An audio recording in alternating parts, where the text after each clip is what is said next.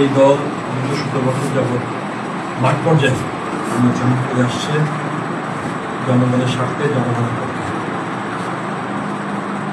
এই দল অত্যন্ত সুসংগঠিত। আপনারা ইতিমধ্যে দেখেছেন বিএনপির ভারপ্রাপ্ত চেয়ারম্যান তারেক রহমানের নেতৃত্বে শুধু দল নয়, জাতীয় ঐক্যবদ্ধ হয়ে আছে। আমরা নির্বাচন চাচ্ছি, এইটা শুধু বিএনপি যে চাচ্ছে বিষয়টা তা না। দেশের গণতন্ত্র পুনঃপ্রতিষ্ঠার জন্য নির্বাচন অবিস্মরণীয়, এর কোনো বিকল্প নেই। নির্বাচন দিলে জনগণের কাছে জবাব দিতে পারে, জনগণের উন্নয়নে, জনগণের ভালো মন্দ প্রতিটি কর্মকাণ্ডে একটি জবাব দিতে থাকে। সে লক্ষ্য নিয়েই আমরা জনগণের ভোট জনগণের কাছে ফিরিয়ে দেওয়ার জন্য আমরা রাজপথে ছিলাম, এখনো আছি।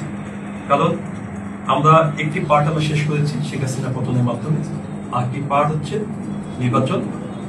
সেই নির্বাচনের মাধ্যমেই আমরা একটি গণতান্ত্রিক সরকার চাচ্ছি। আর সেই লক্ষ্যে আমাদের মাঠ পর্যায়ে যেসব রাজনৈতিক কর্মকাণ্ড বলেন, সামাজিক কর্মকাণ্ড বলেন, সেটা আমরা অব্যাহত রেখেছি। নতুন করে যে আমাদের দলীয় কিংবা রাজনৈতিক কর্মকাণ্ড শুরু করতে হবে বিষয়টা তা না। আমরা আমাদের রাজনৈতিক কর্মকাণ্ড অব্যাহত রেখেছি। এর মধ্যে আপনি দেখেছেন যে কিছু কিছু মানুষ, কিছু কিছু দল, কিছু কিছু ব্যক্তিত্ব সংস্কার নিয়ে কথা বলে যে আমরা নির্বাচন চাই, সংস্কার চাই না। কিন্তু সংস্কার কিন্তু আমরাই আগে প্রস্তাব দিয়েছি 5ই আগস্টের আগে। সুতরাং সংস্কার আমরা চাই, নির্বাচনে চাই। আমরা যৌক্তিক সময় দিয়েছিলাম, কিন্তু আমরা দেখতে পাচ্ছি যে আমরা কোনো সুনির্দিষ্ট রোডম্যাপ এখনো পাই না। দিন দিন আইন শৃঙ্খলা পরিস্থিতির অবনতি, বিশেষ করে খুলনা শহরে আপনারা দেখেছেন, যেহেতু খুলনায় আপনি আছেন, আপনি বুঝবেন। এই মধ্যে 14টা মতো কিলিং হয়েছে, আমরা কোনো উন্নতি দেখতে পাচ্ছি না। সুতরাং এই অবস্থা আরো খারাপ হবে।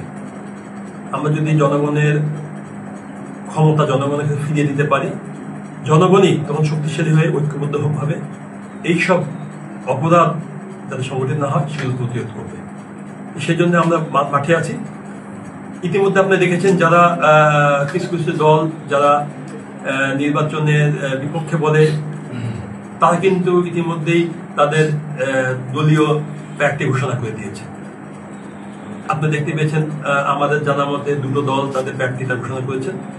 সুতরাং নির্বাচনী প্রস্তুতি কিন্তু তারাও নিয়ে নিচ্ছেন।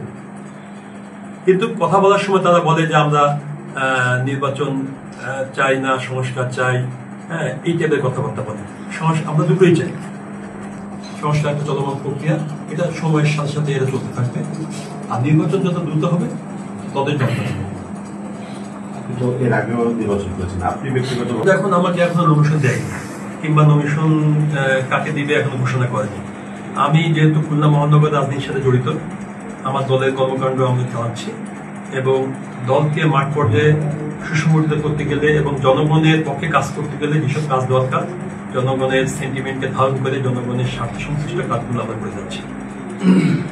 অন্যান্য আসনে বিভিন্ন আসনে আমরা দেখতে পাচ্ছি যে বিএনপির বিভিন্ন ধরনের মনোনয়ন প্রত্যাশী তারা যাচ্ছে।